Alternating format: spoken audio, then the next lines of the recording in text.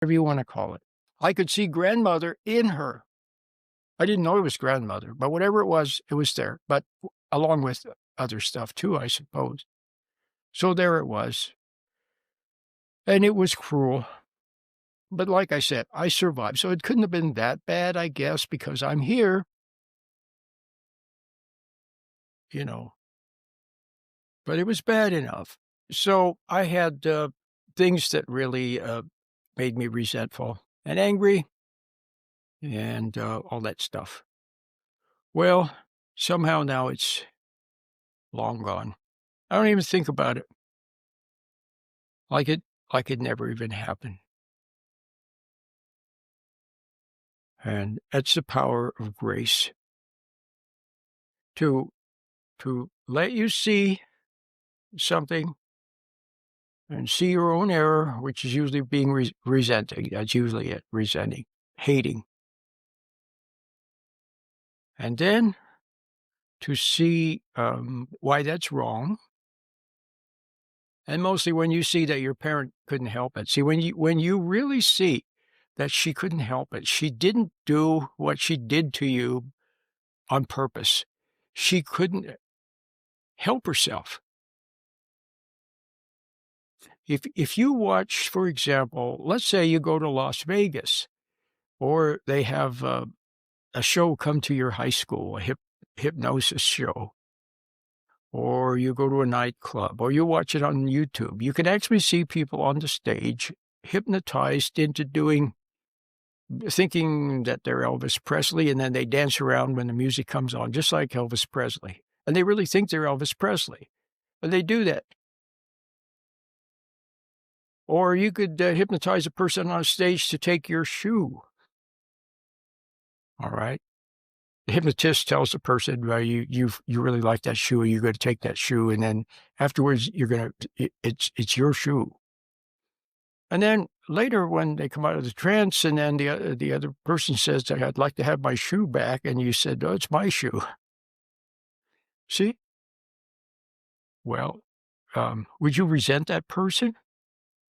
Not in the audience watching them. But how about if you were the other person on the stage? Well, you probably wouldn't resent him because you would know somehow deep down, you know that there was some act involved, there's some hypnosis involved, and hypnotist was there, and the audience was there, and everybody was watching it, and everybody's laughing and everything. So you would kind of suspect that the person probably was told to do it, and he did it like a robot or something. So you wouldn't resent him. But if it was real life, and then somebody took your shoe, and then you said, hey, I want my shoe back, and they said, no, it's my shoe. Would you resent them? You probably would. You probably would resent them. You'd get really upset too, wouldn't you? You'd get so upset you might get a headache or a tummy ache, and you'd go home and you'd be so upset you might take it out on your kids. See? And you would resent that person. And then a year later, you'd see that same person and you would resent him. He took my shoe. He stole my shoe.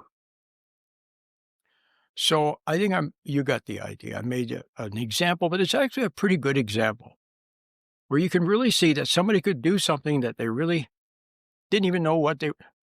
Remember when Christ was on the cross and he had been tortured, he'd been whipped. I've never seen the movie The Passion of the Christ. Was that the name of it? I think it was. It was a famous movie. Apparently it was really graphic, showing how he was beaten and everything. I've never seen it, but I can imagine what it must have been. It must have been really awful. But what did he say? He said, forgive them, Father, for they know not what they do. All right. So the person on the stage, hypnotized to take your shoe, forgive them, for they don't know what they're doing. They didn't know what they were doing. Your mom became a raging, screaming maniac, but guess what? She didn't know. She didn't know what she was doing. Something was operating through her. See, because of her trauma, her wound of her innocence was ruined. When she was a little girl,